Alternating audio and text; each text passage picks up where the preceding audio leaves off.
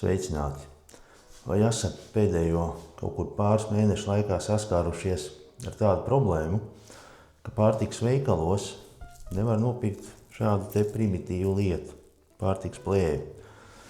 Būtībā, laikam kopš, oktobra, novembra, man bija ļoti grūti to atrast, un es nevarēju saprast sākumā, kas pa lietu. Un vērsos pie mākslīgā intelekta, lai palīdzētu man labāk saprast, kāpēc tāda situācija ir izveidojusies.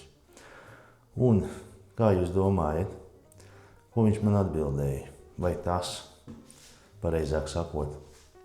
Tātad pārtikas veikali izņem šīs te pārtikas plēves dēļ zaļā kursa. Izrādās, alumīnija foliju var nopirkt, ietinamo papīru, cepam papīru var nopirkt, un tā politika esot tāda, ka pārtikas plēvi turpina mēģinās aizvietot ar kaut kādiem silikonu vāciņiem, un vēl bija kaut kas minēts. Var sakot, problēma jau tas neatrisinās. Vietnamā, un kur tur vēl kā gāzi, tās 1000 tonnas plasmas jūrā, tā turpinās gāzt. Tas, ka latvieši no tā atsakās, tas jau neko nemaina globāli. Bet pats galvenais, ja jūs esat saskārušies ar šādu pašu problēmu, kā es, ka ir ļoti grūti veikalā nopirkt šādu, tad man ir labas ziņas. Veikali, kuri specializējās ietinamajos, iepakojumos, pārtikas iepakojumos, tas ir viens, varat meklēt, ir arī online. Un ir veikali, kuri specializējas, dažādās garšvielās, žāvētos augļos, apmēram nojaušat, kas tie ir pa veikaliem. Es negribu saukt vārdā, jo reklāmu nevienam netaisu, bet tur varēja atrast. Tajā veikalā es arī nopirku šo. Ar ko viņas atšķirās? Šīs te ir domāts komerciāliem pārtikas ražotājiem, komerciālām virtuvēm.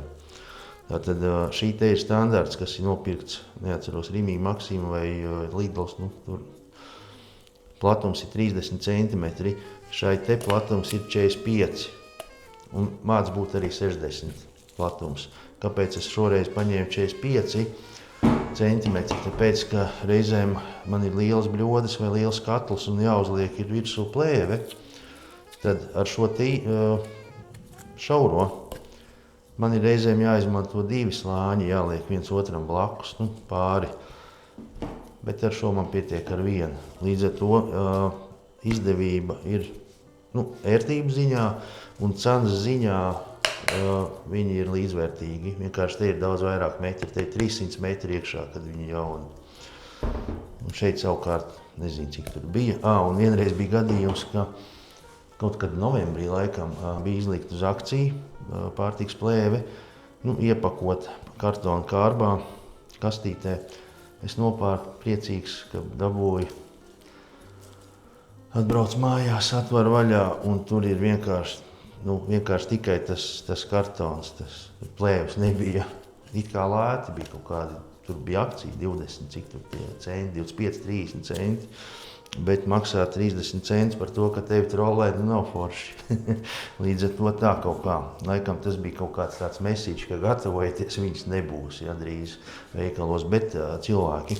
Es gribu pavēstīt, ka ir risinājums tie, kas meklē, atrod, un var sakot tiem, kam to vajag, tā ir ziņa priekš jums, kuri ir sastapušies ar šādu pašu problēmu.